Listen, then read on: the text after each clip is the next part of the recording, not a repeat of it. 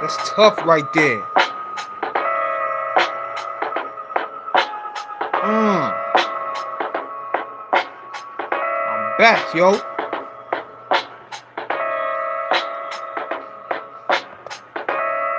That beat is tough right there. Good God Almighty, man. I want to let y'all know that beat right there is done by the Beat Architect right there. You can subscribe to his YouTube channel. That go hard.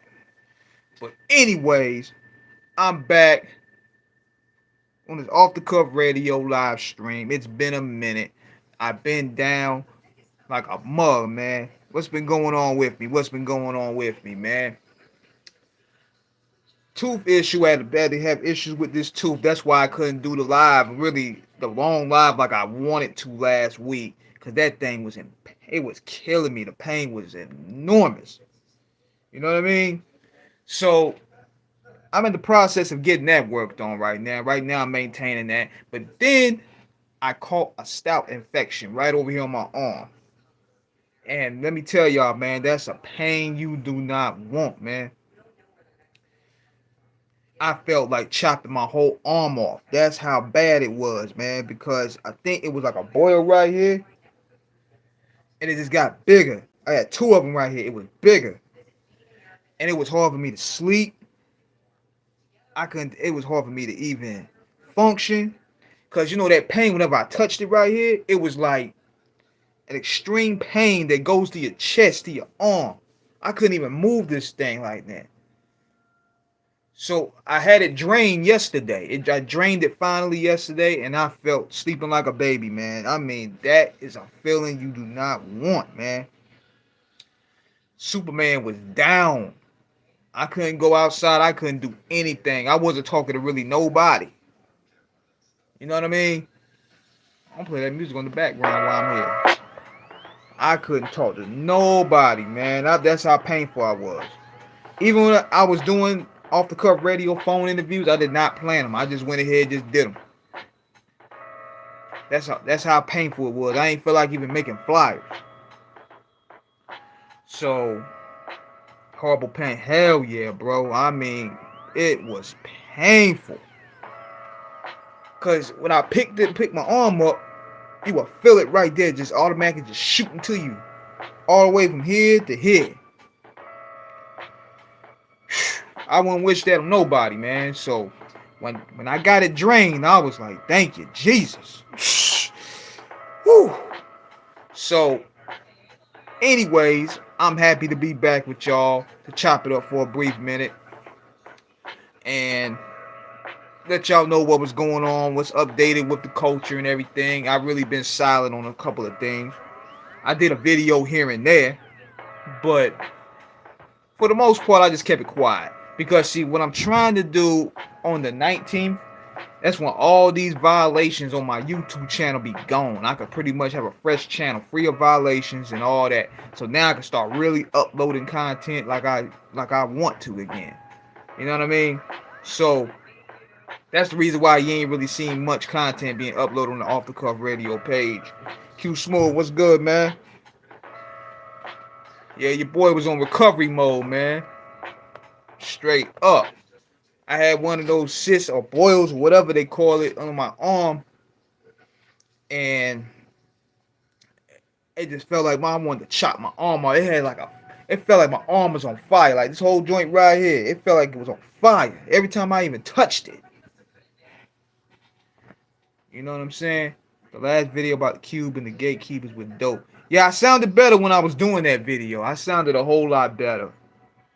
I remember when Dr. Dre said he wouldn't want to work with MJ because he too much baggage. Dr. Dre was quick to produce with white artists such as Gwen Stefani and 9 Inch Nails since 94, 98. You know what it is, though, with Dr. Dre?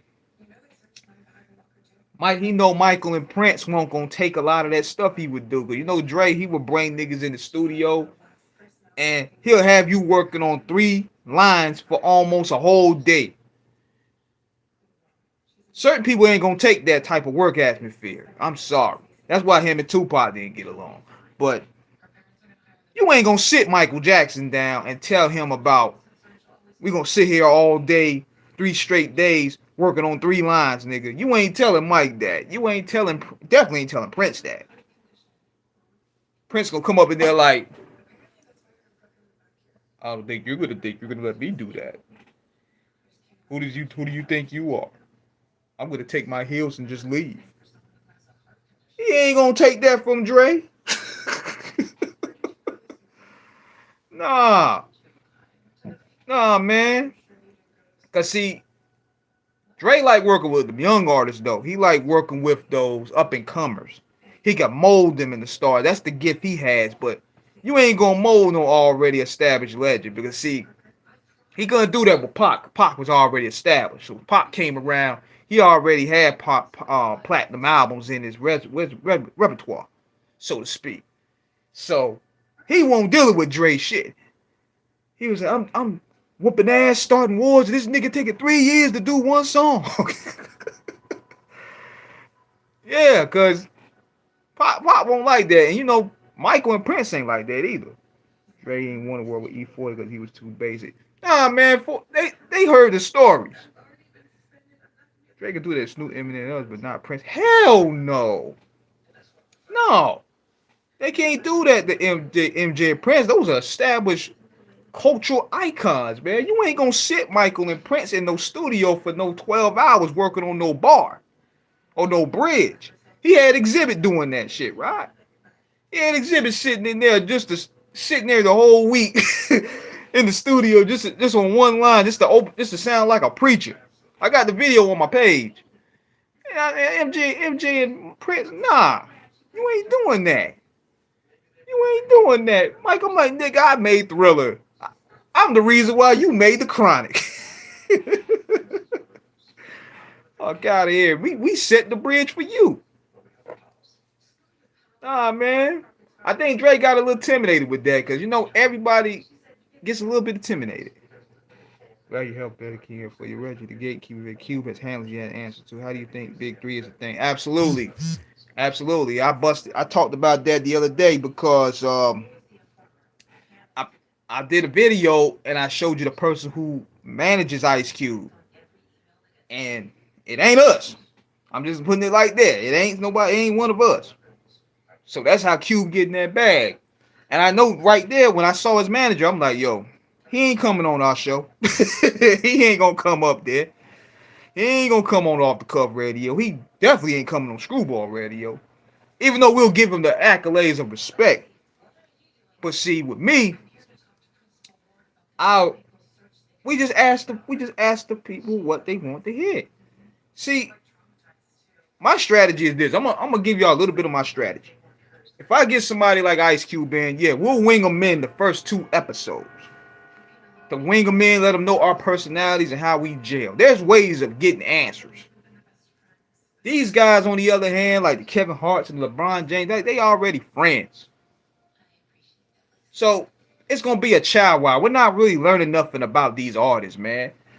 I'm like, that's a safe mode to me. Like, why y'all going to Kevin Hart, man? Kevin Hart don't know nothing about interviewing, man. They scared to come to us. They scared to come to me. They scared to come to Gully TV, Doggy Diamonds, Beehive ATL to a degree, Gangster Chronicles. They scared to come to us because, you know, we won't ask what the culture is. See, what it is, they go to them because they can talk that bullshit. They can talk that bullshit, you know? M-Rec, yeah, I forgot. Big shout to M-Rec. Bullets Gotti, big shout out to him too. Sub-Zero, big shout out to him. Sub-Zero got one of the best shows on the web, yo. One of the hardest working dudes I've seen.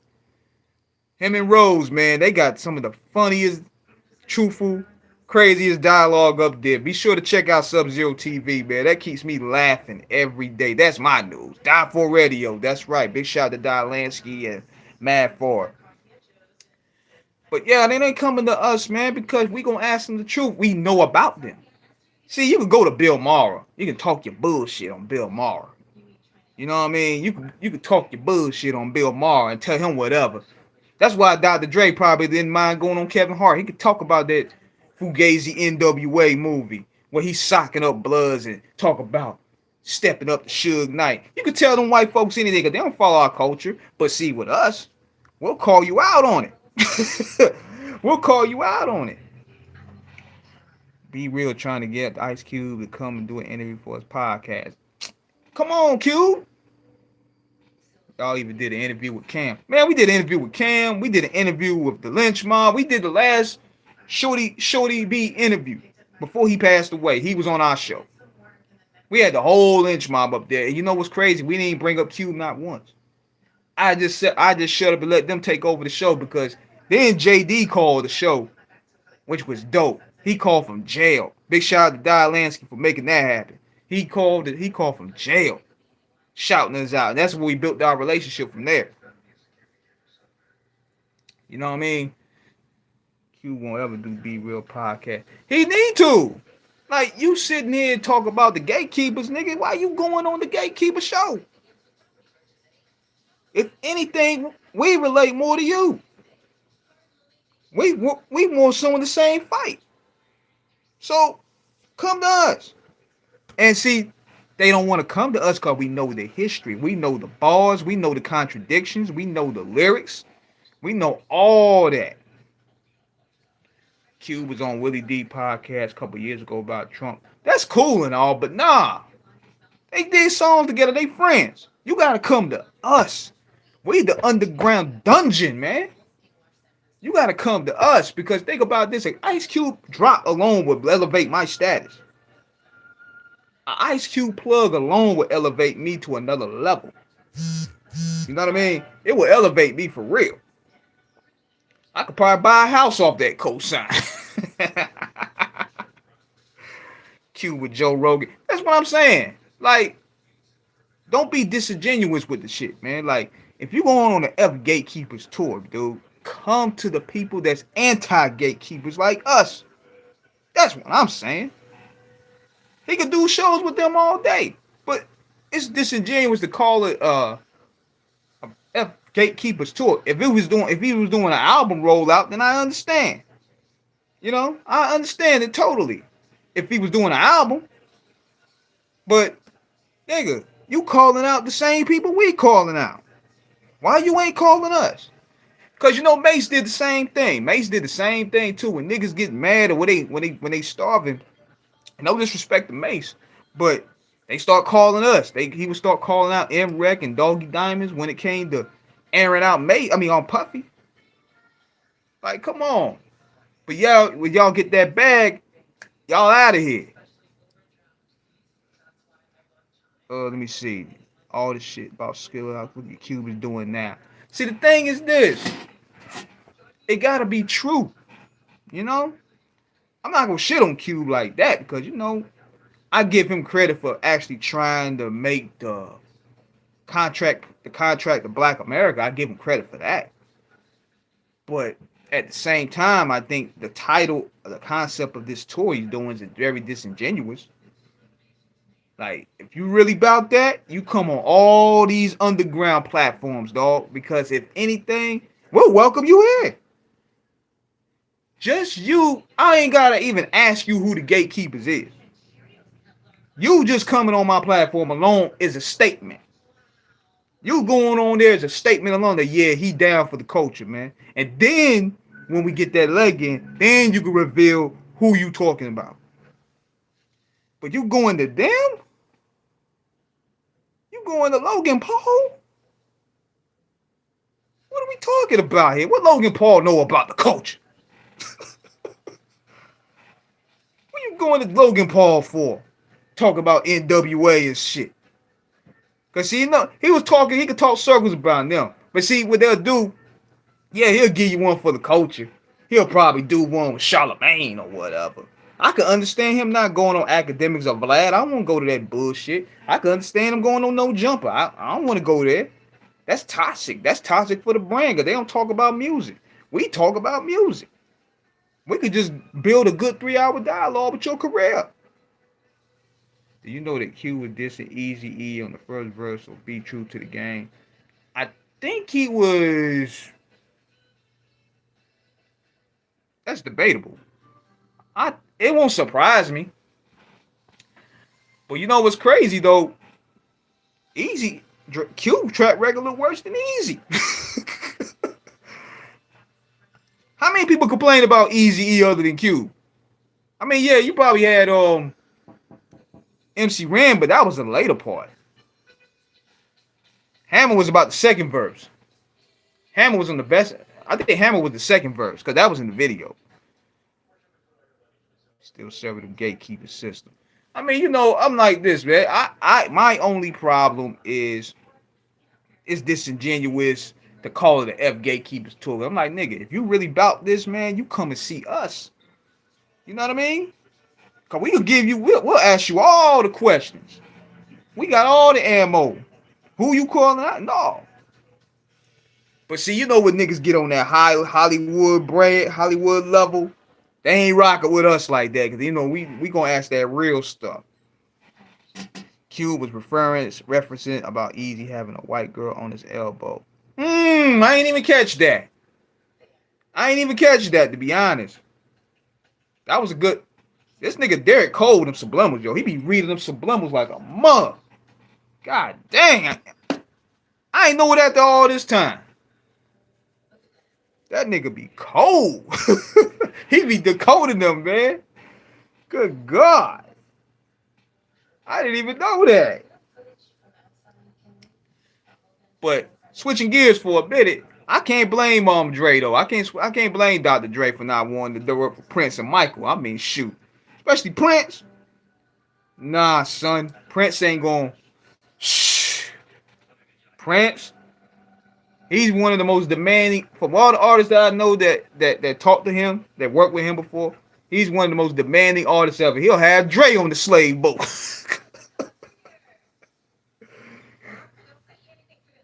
He'll have Dre on the slave boat. Hit the beat. Hit it. The third was aimed at Eazy-E or Carlton Banks. I don't know about what, Carlton Banks for the Fresh Prince, Alfonso Ribeiro? You learn something new every day.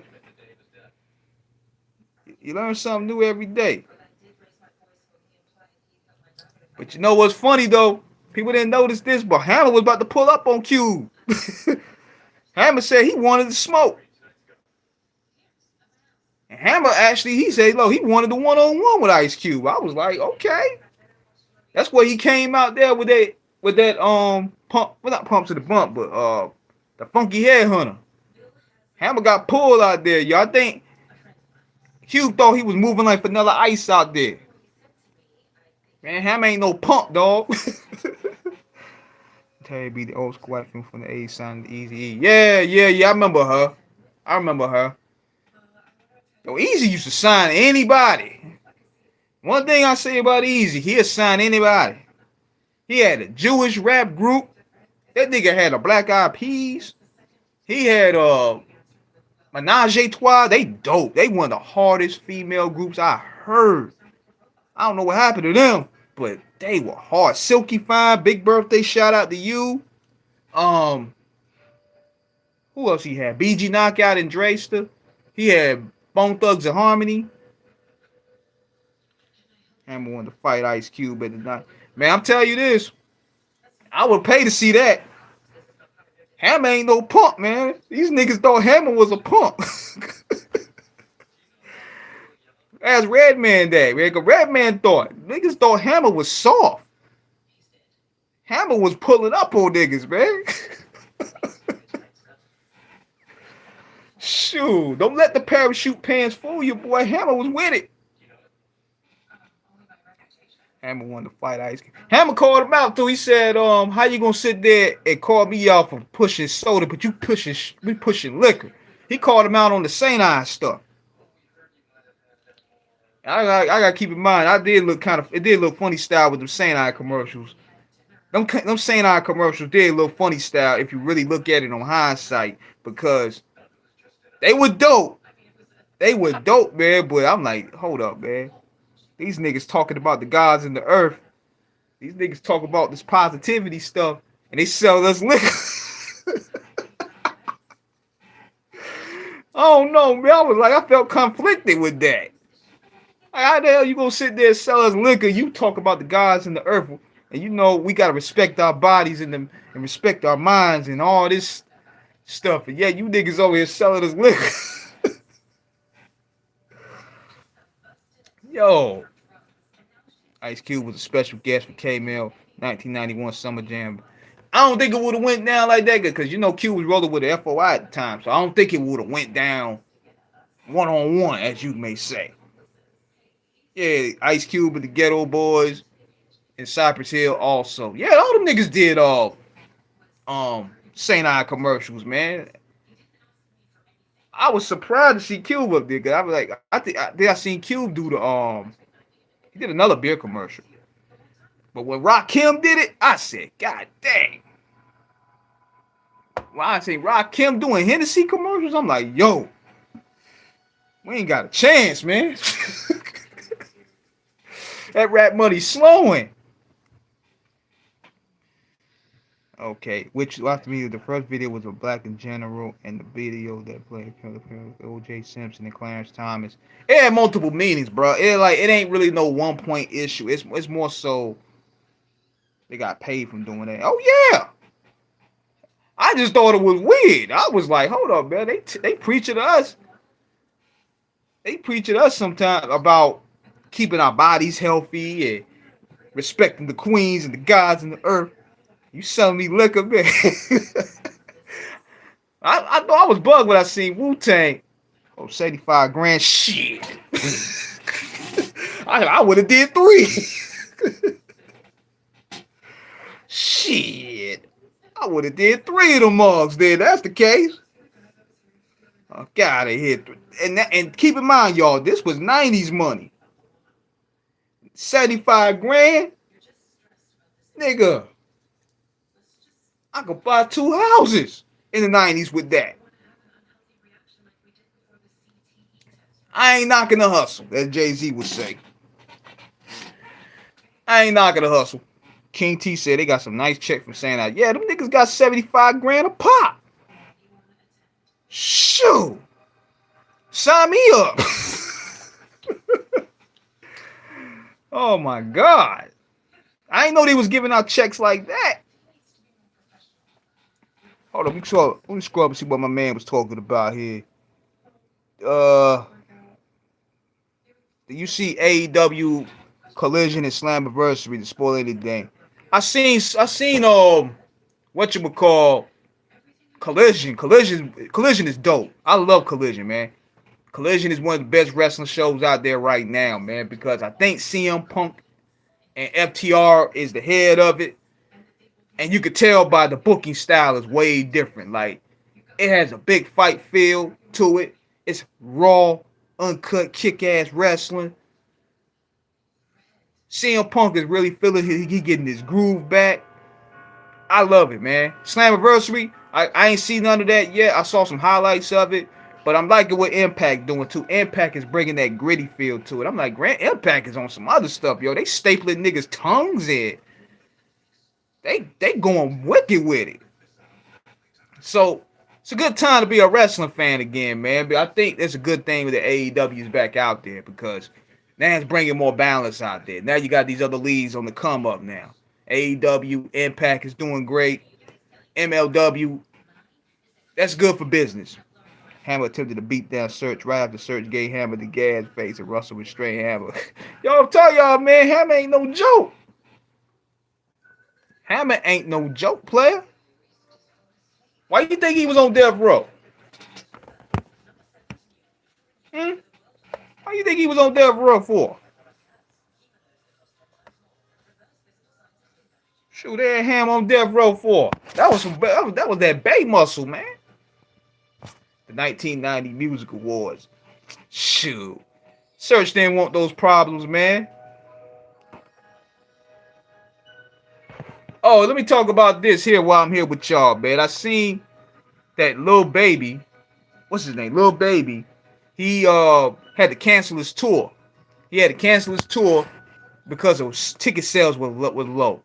And this goes to show y'all, you could be hot on the net, but if you ain't mattering in the real world, none of that matter. None of that matter. And that's the reality of it right now. Just because your TikTok is popping, just because your Spotify is popping, streams don't mean nothing, man. if you can't get out there and make the people invest in your show, the shows is where the bread and butter at. That's where you get your mama. That's where you get your money. Nigga had to cancel his tour, and but yet Taylor Swift, she doing monster numbers. She charging niggas like new new housing, new housing mortgages prices, and they paying. We talking like what, 10 grand a ticket Taylor Swift is charging. And she making a killer. And people lining it up. Same with Beyonce.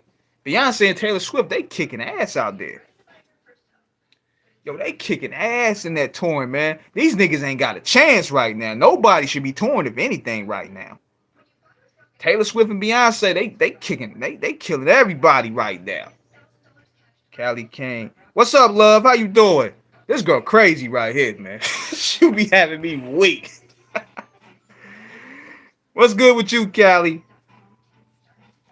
But yeah, Beyonce and Taylor Swift, they kicking everybody ass. No rap nigga should tour right there. Nobody should be touring.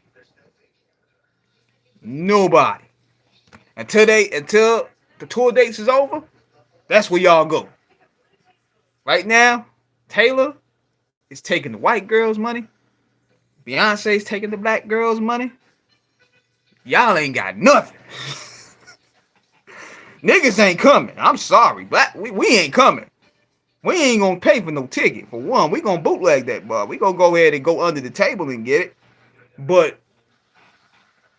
for the most part, you can't depend on us. We finding loopholes to get new tickets. Y'all sitting there, man. Beyonce and Taylor Swift got this locked down. So the little baby, he need to sit that down right now. He ain't got nothing going on, man. I heard his last album was weak too. So he need to go back to the drawing board and get his mind together. MC sure I'm gonna get threatened in my hand, get smacked with a tight rod by Professor Griffin, get dissed by the X-Clan. Yeah, man. Search. Yeah, man, can search a crook, man. That's what that is. Remember Search talking about he wrote for Rakim, and Rakim said, man, I'll bust him in his mouth. He talk about he wrote for Rakim, man. I'm like, man, you sit your ass down somewhere. You ain't write nothing for no Rakim, dude. These dudes be capping like a mug, man. That's one thing. That's the bad. This the bad part about this new generation. It gives the old heads the chance to pretty much exaggerate everything. You know what I mean? They'll exaggerate everything now. Dudes that went outside that swear they was outside. Now they gonna sit there like they with that dude. It's like I seen Steve Stout. He was up on Drink Champs. I think it was 2-3 years ago. Sitting there talking like he's some big boss. Yeah, this nigga was getting slapped around and victimized everywhere he went in the 90s. Puffy bust him up in the head with that champagne bottle. Suge Knight was running them all over New York.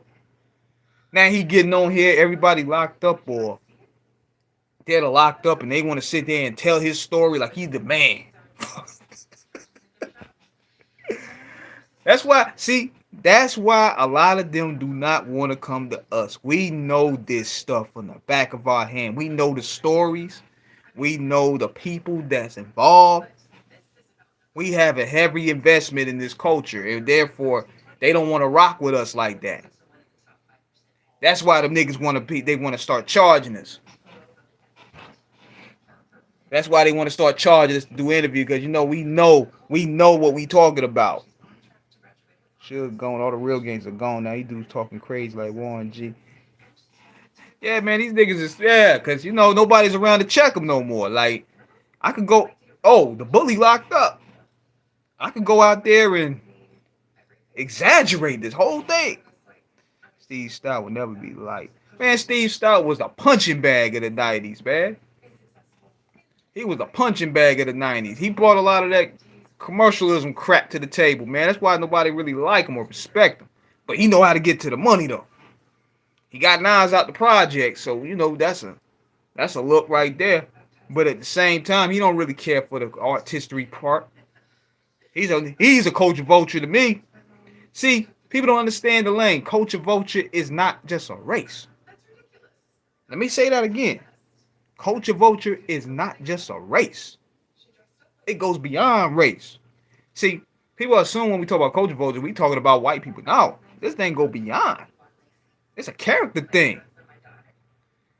Shoot, a guy like Rifkin, I give more respect to than fucking Steve Stout.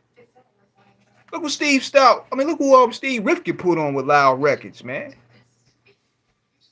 I ain't heard nobody complain about Loud Records, for the most part. But you heard a lot more about, you heard a lot more about Steve Stout. Stout getting his head busted.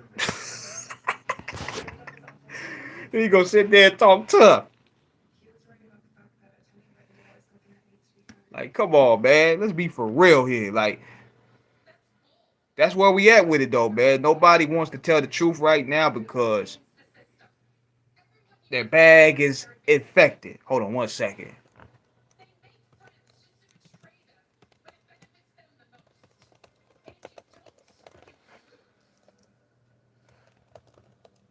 I'm typing something real quick.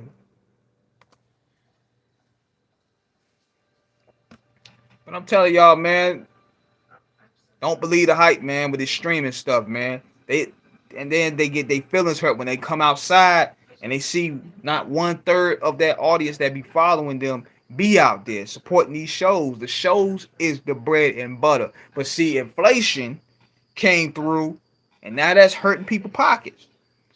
Ticketmaster's ridiculous with the prices, y'all.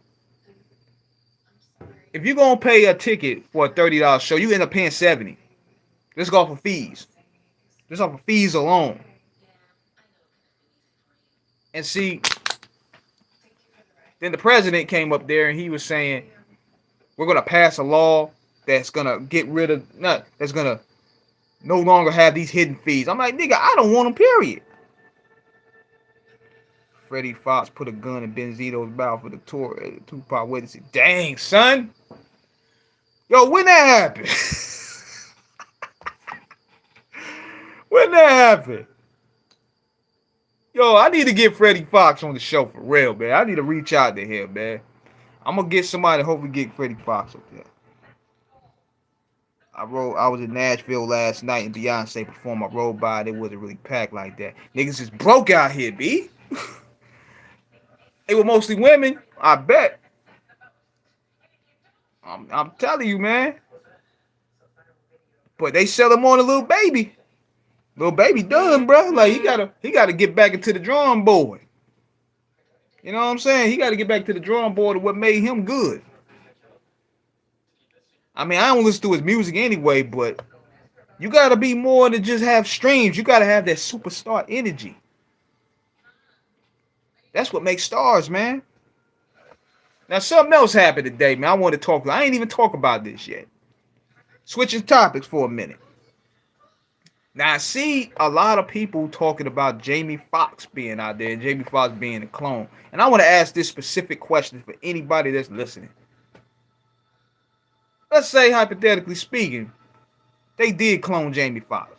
What is the gain out of cloning Jamie Foxx? What is the gain of it? What would they gain out of cloning Jamie Foxx? It ain't like Jamie Foxx is like a fight the power type dude. It ain't like he was trying to stop some diabolical plan from the elites. Like, put me on the game to why you think people will clone Jamie Foxx. Now, I will say this. There's a lot of misrepresentation and a lot of lying going on. I personally think it was a publicity stunt. Me personally. Because I heard that he was trying to duck that trial involving Leo DiCaprio or about some scam or something. And all of a sudden he got sick around there. So he went ahead and all of a sudden got ill and just laid low. So now this whole thing is done. And he wants to all of a sudden pop back out. Which is crazy. Crazy, crazy, crazy. But how I look at it is this. The fans is crazy, man. Not the fans that's asking questions, but the fans of his. Man, I ain't saying that. I don't know what that is, man. What you trying to make me say some Ouija bullshit? I ain't saying none of that, dog. I don't even know what that mean. I ain't doing that. But like I said, people saying it's a clone or whatnot, but just answer me this question. Like, what would they gain out of cloning him?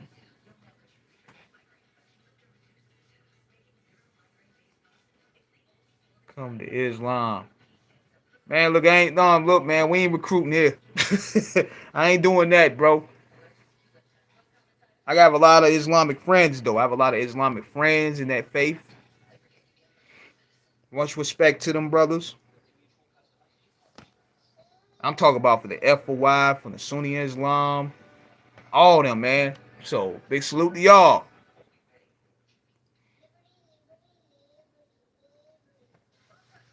I'm looking at something else about this. Now, he did a tweet the other day. So I'm thinking this whole thing is just a plot. It's just a scheme. It's a publicity stunt. But his fans, though, I'm like, y'all gotta chill the fuck out, man. Cause y'all sitting there getting mad, talking about it ain't your business. It ain't your business. Man, we wouldn't have known nothing if they didn't put it out there. These celebrities stay putting this stuff out there. Why you get mad at us for chiming in? If they praying for this dude, he need to give him an explanation. The fuck you like? You want everybody to pray for you, but at the same time, we can't ask questions of why we praying? Y'all sound like some groupies. I was getting to it with some of the people on Instagram about that. I'm like, yo, y'all acting like that nigga gonna give you a follow back or a shout out. Stop being thirsty. I heard that Reza Islam had won his case. Don't know what he was in court for. Big salute to Reza Islam. I salute anybody speaking truth to power. Anybody speaking truth to power, I salute, man, for real. But yeah, man, that situation right there. These celebrity fans of these celebrities be weird to me though. They be weird.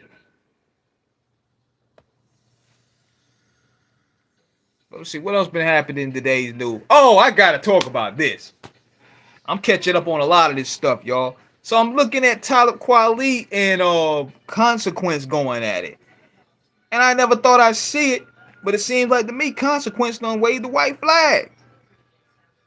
I'm dead serious. He done took down all the disrespectful stuff he said about Kweli for the past week. Talk about he meeting with Al Sharpton. Nigga, you punked out. How you gonna let Talib Kweli punk you out, dog? Really? You let Talib Kweli punk you out, man? The Chris Childs or Raucus punk you out? Bro. Bro. Is you crazy? And you know that, and see with Talib, that nigga stay on the internet all day arguing with people. Yo, if you want to get a reaction, he's the one that gonna get it. He's the one you can get. He's easy to get. He even responded to me the other day when I reported him cussing out his fans. He was sitting there talking about we was lying on him, talking about those are not really Black Star fans. Motherfucker, they bought your record. What you talking about? What are you talking about? They was only asking questions about the streaming service. Like they paying for a streaming service and you took the album off the streaming service. So they want to know where their money going. Never thought said the two backpack rappers would go at it. Man, they both corny, man. They both corny, man. Like Cons took that down. I'm like, I don't know what's going on with that. Talib, he showed his corniness online. And they ain't even giving us no bars at least. I never thought I'd see the day I see that. And they was talking about this was already brewing from years back, because you know about the stuff he said about the issue he said about Ye. It ain't never really stopped, to be honest with you. It ain't never really stopped. But it still was going on. It's still been going on. This was just something else to light the match. You know what I mean? But yeah, Consequence waved the white flag, yo. He disrespected Talib, disrespected that man, baby mama too. Yeah, it went down in Talib's page. Cons talked all that tough shit and waved the white flag, so Kweli got the W. What else left to say? I ain't no fan of either. I ain't a fan of either of these dudes. The only song I like from Consequence was the Bray Wyatt joint he did. That's the only one he wrote. I ain't really been a fan of his. I wasn't really a fan of him on the Tribe albums. Unless you want to be technical. He was that nigga we just fast forward, man. We ain't really care. Stressed Out was a classic, but we ain't care about what he was saying. Consequent Q-Tip cousin. Yeah, but I ain't really care for him, honestly. I ain't really care much for him. I'm like, man, he was the nigga we just listened to because the track was good. We ain't really pick apart his verses. He ain't say nothing to really drive me like, yo, I gotta turn this back and hear this Consequence. Same with Kweli. Kweli ain't never said nothing really ill to make me be like, oh man, I gotta turn this. What Kweli just say? Both of them niggas is on the same boat. Kweli happened to have a good classic on him because of Black Star with most. Kweli also have two good albums, one with High Tech and one with Quality. And the one with Quality, I like the Get By joint. I ain't no hater. The nigga putting out good music, he putting out good music. I ain't gotta like him. But I'm gonna say this though, I'm gonna keep it 100. Listen to that Quality album. He the only nigga I know that fucked up a quick beat. I don't know how you could do that. This nigga fucked that quick beat up in a bad way. Like, damn, dude. How you fuck up a damn quick beat? You should stick to ghostwriting. Yeah. Yeah, man. We ain't listen to Consequence. Or Quality for that matter. But see, Kweli is more involved with the industry, so therefore people are going to take his side. He has the whole People Party podcast where he got damn near every rapper up there. So everybody going to side with him just off of affiliation alone. So Consequence, he's fighting a lost battle with that because he defended a nigga that got so much mustard on his jacket he can't even wipe it off. He can't wipe it off with Agent Orange, nigga. He can't wipe that off. I'm talking about Kanye. So the industry gonna ride with Kweli on that. Kweli, matter of fact, just had the Roots on the show. He had Quick on the show. So he's been around. He got relationships in there. Still he's still corny though, but still. It is what it is on that one. But yeah, man, but I just wanted to touch in with y'all though for a little bit, man. It felt good to be back, man. I'm gonna be uploading more content this week. I'm gonna be having more visuals coming. I got a lot of heat coming, man. So be on lookout for that. Thank y'all for tuning in. I'm about to tune in for the night. I got a lot of stuff to take care of in the morning. Thank y'all for showing me support and love. Peace out.